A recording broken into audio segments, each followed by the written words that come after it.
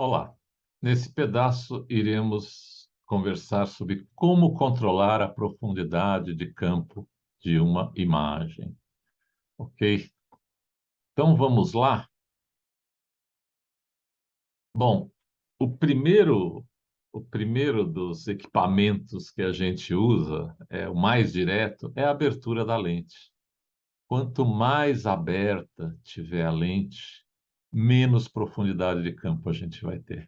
Então, nessa cena daqui, o foco está na flor e a gente enxerga muito embaçadamente aqui atrás a folha. A foto foi feita com abertura 1.4. Já aqui à direita, a gente manteve o foco, a câmera não se mexeu, estava no tripé, e a câmera foi, a lente foi fechada na maior abertura, 22. Claro que a hora que eu fechei, escureceu. Então, o que foi feito? Foi mexido na velocidade para o tempo ser maior e compensar essa escurecida de fechada de janela. Então, em termos de exposição, as fotos são equivalentes e a gente vê bem a diferença de segundo plano lá na folha, ok? Agora, não é só a abertura da lente que influencia. A abertura é o primeiro mecanismo que a gente lança a mão e estuda o que está acontecendo, né? Checa se isso aqui foi suficiente. Se a gente olhar com atenção, a gente vê que está muito melhor, mas não está tão nítido quanto aqui na frente. Pode ser que eu precise mais, ou pode ser que eu quisesse embaçar mais. Depende da cena que eu estiver fazendo. Então, o que que acontece?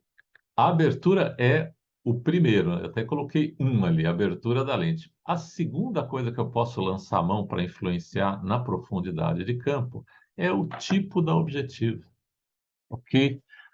O tipo da objetiva, se ela for uma distância focal baixa, lembra, são as grandes angulares, a profundidade de campo é muito alta.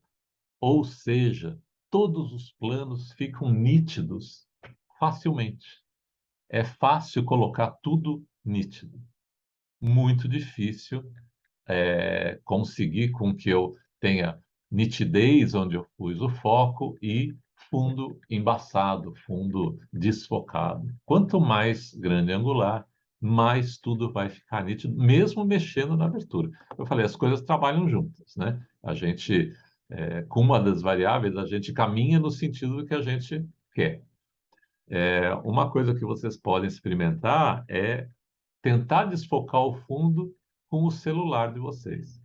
Com o celular de vocês, se vocês prestarem atenção, só de olhar para o seu celular, para a espessura do seu celular, você já vai deduzir que aquela objetiva da câmera é uma grande angular extremamente poderosa. Por quê? Porque a distância entre a lente e o captador é minúscula, né? Os celulares, eles têm 2, 3 milímetros de espessura. Então, a lente está colada ali no captador, né? E quanto mais perto, lembra, mais grande angular.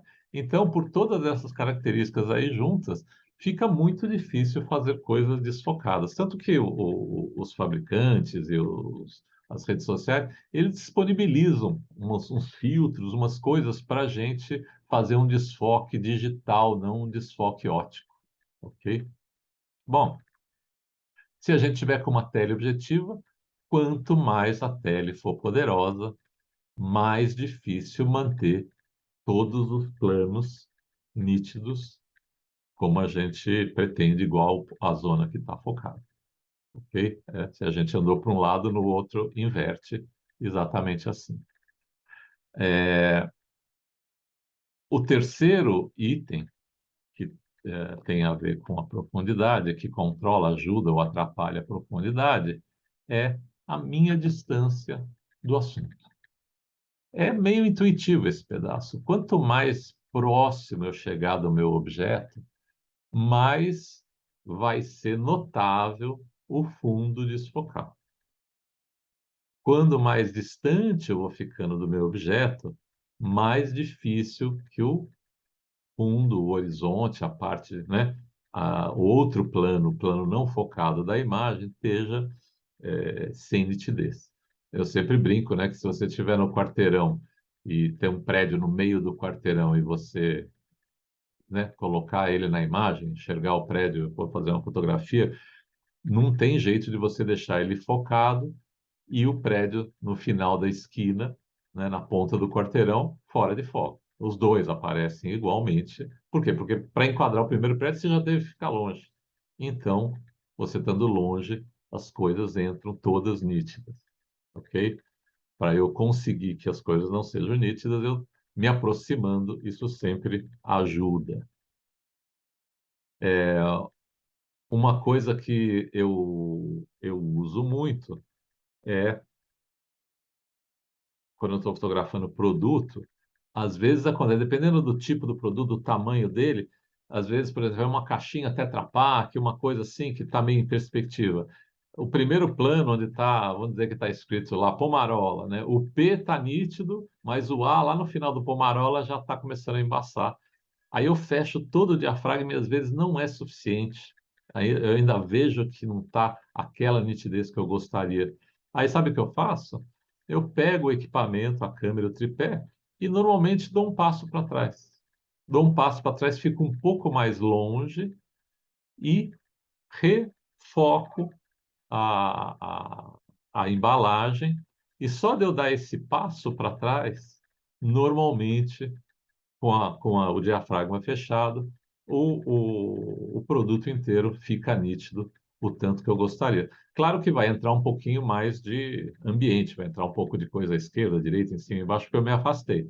Mas a câmera tem alta resolução, eu posso dar um cortezinho, tirar essa parte indesejada e ter a imagem que eu queria. Então, uso bastante essas coisas. Bom, e aqui eu vou mostrar então em resumo os três modos de controlar.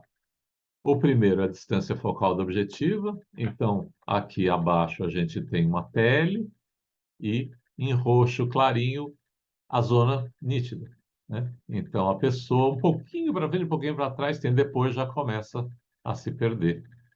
Com uma lente mais perto da normal, que é uma 70, a pessoa está nítida e no roxo claro a gente tem nitidez e já mais longe é que vai perder a nitidez. Repara, é interessante mostrar isso, que a profundidade de campo acontece tanto para trás quanto para frente. Né? Existe, né, se eu focar uma pessoa e tiver uma flor aqui na frente, ela vai reagir também desfocando ou não, dependendo da profundidade que eu fiz. E a coisa acontece mais ou menos como esse desenho. É, para perto de você é mais crítico, acaba rápido. Para trás é mais longo, tem mais profundidade para o fundo do que para frente. Né? E ali com uma grande angular, mais ainda, né, a zona de roxo aqui de nitidez aumenta. Ok? A segunda coisa é a distância. Né? Então, se o assunto está longe, o foco está nitidez em tudo. Se o assunto está mais perto, essa área de nitidez encolhe, e se o assunto está muito pertinho, vira crítica. E por último, o diafragma. Né? Se eu fechar a abertura grande, eu vou ter uma área de nitidez curtinha. A hora que eu fecho a abertura, números grandes, a área de nitidez aumenta. Ok? E aqui, então, a gente chega num resumo das três do tripé que controla a exposição de uma foto.